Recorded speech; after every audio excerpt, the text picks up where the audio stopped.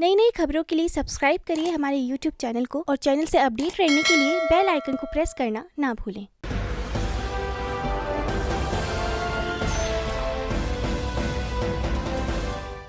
नमस्कार, आप देख रहे हैं बुलेटिन हिंदुस्तान और मैं आपके साथ वंशिका पांडे।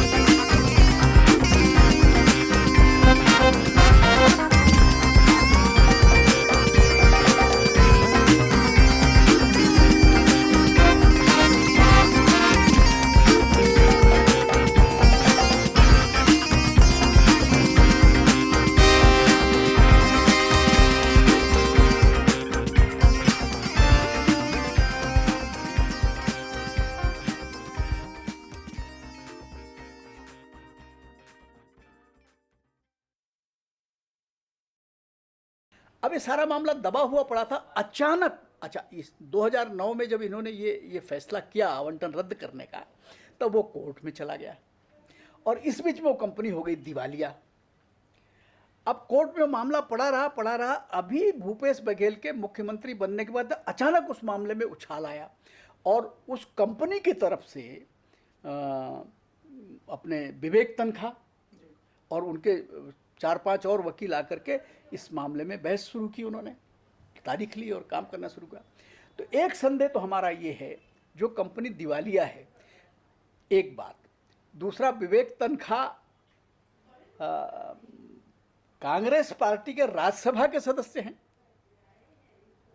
और वो कांग्रेस मतलब यहाँ सरकार के खिलाफ वहाँ खड़े हो रहे हैं उस कंपनी की तरफ से, और ये कह रहे हैं कि भाई आपने जो आवंटन रद्द किया ये गलत है, चूंकि मेरा पैसा आपके पास पड़ा हुआ था वो आप ले सकते थे और इतने साल तक आपने चूंकि हमें ये नहीं दिया, इसलिए हम कोई काम नहीं कर पाए, इसलिए सारी ज़मीन हमको वापस की जाए। ये उन्होंने क्या, ये मांग कौन कर रहा है? विवेक तनखा कर रहे हैं।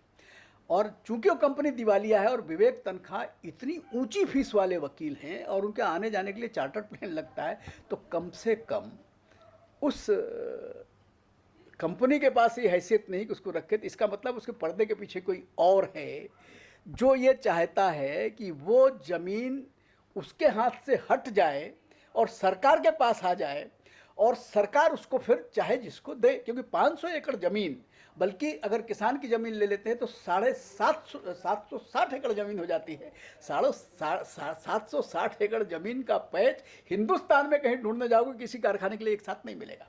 और जब उसको अधिग्रहण करना शुरू करेंगे तो वो मामला विरोध का बनता है, जैसे हमने देखा हमारे यहाँ लोंडीकुड़ा में।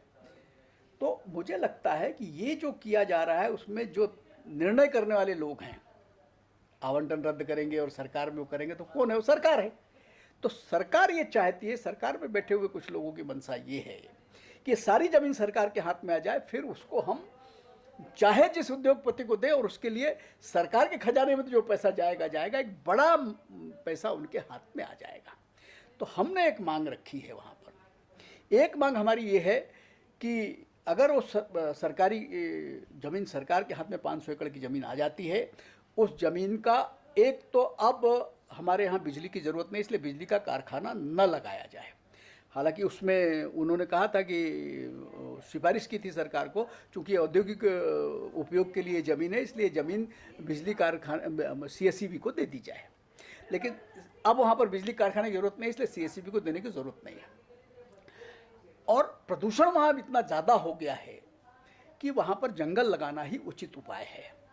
अगर मान लीजिए ये सब नहीं होता है, उसको अगर बेचने का ही इरादा सरकार कर लेती है, तो फिर वो पारदर्शी तरीके से ग्लोबल टेंडर बुलाया जाए और जो सबसे ज़्यादा पैसा दे और जो प्रदूषण रहित उद्योग लगाने की बात करे, वो होना चाहिए। दूसरी मांग जो हमने की है कि भाई 2013 में कानून पास हो गया था कि कोई ज़मीन अगर अधिग्रहित की जाती है, जिस पर्पज के लिए अधिग्रहित की जाती है, वो अगर काम नहीं होता है 5 साल के अंदर, तो वो किसानों को वापस हो जाएगी। और आपने खुद ने लोंडीकुड़ा में किया है, इसलिए वो जो आपने कहा है कि 25% पैसा देके वो सरकार में आ जाए, तो सरकार में नहीं आना चाहिए, उन किसानों को वापस करना चाहिए, क्योंकि उन किसानों को आपने वायदा किया था कि आपको हम रोज़गार देंगे, तो उनका तो रोज़गार छिन गया, तो वो उनको वापस जानी चाहिए।